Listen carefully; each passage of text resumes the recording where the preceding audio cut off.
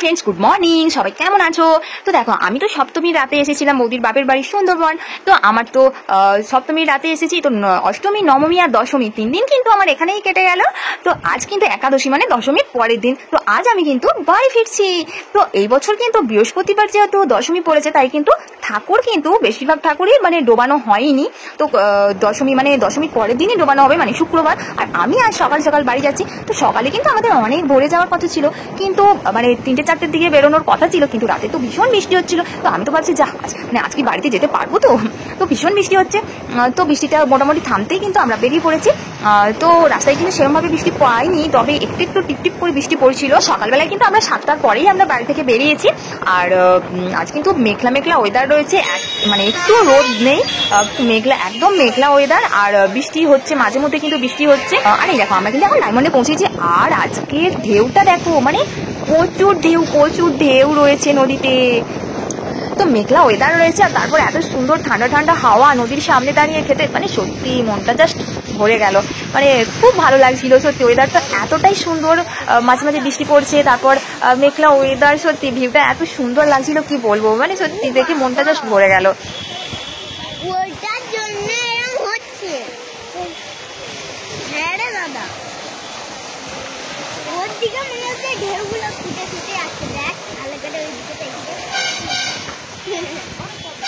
তো ইচ্ছে তো করছে অনেকক্ষণ এখানে বসেই থাকি, হাওয়া খাই, কিন্তু আমাদেরকে যেতে হবে। তো আমরা কিন্তু 10টার সময় এখানে পৌঁছে গেছি, কিন্তু আমরা যাব 11:15 ভ্যাসেলে। তাই 11টার সময় আবার টিকিট কাউন্টার খুলবে। তো 11টার দিকে আবার টিকিট কেটে তারপর যাব। তবে 11টার আগেই আমাকে লাইনে দাঁড়াতে হবে, কারণ টিকিটটা কাটতে হবে। তো কিছুটা সময় তো পেয়েই গেলাম, আর এখানে এসে একটু ভিডিও বানিয়ে নিলাম আর একটু ফটো তুলে নিলাম। সত্যি ভিউটা জাস্ট অসাধারণ লাগছে, অসাধারণ। ইচ্ছে করছিল একটু জলে নেমেই যাই, তবে জলে আর নামা হয়নি, কারণ পামশু পরে আছি, তো আবার দুটো ভিজে যাবে, সেই জন্য কিন্তু আর জলে নামলাম না। তবে ভীষণ ইচ্ছে করছিল যে একটু জলে নামি।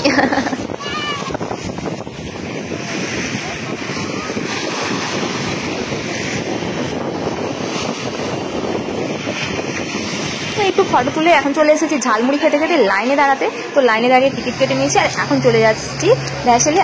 আর বন্ধুরা দেখো তোমরা, আজকে ভ্যাসেলে এত ভিড় কি বলবো। তো এখন নেমে গেছি কুমড়াহাটিতে, আর মানে প্রচুর ভিড় ছিল, প্রচুর ভিড়। তো আজ কিন্তু বাড়ি ফেরার সময় কিন্তু আমি অনেক ঠাকুর দেখলাম। তো অনেক ঠাকুরই দেখতে পাচ্ছি নিয়ে যাচ্ছে ভাসানের জন্য।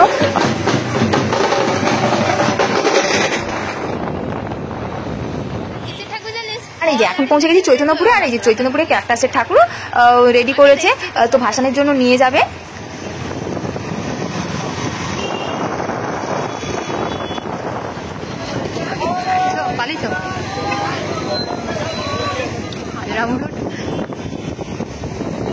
জানে কি আছে, ঠাকুর আছে ফাঁকা। তো আমি তো ভেবেছিলাম আজ বিকেলে ঠাকুর দেখতে বেরোবো, কিন্তু প্যান্ডেলে ঠাকুরই নেই।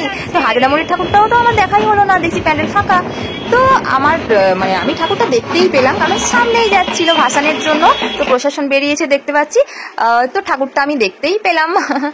তো চলো বন্ধুরা, আমি তো হাজরামুড়ি পৌঁছে গেছি, আর একটু সময় পরেই বাড়ি পৌঁছে যাব।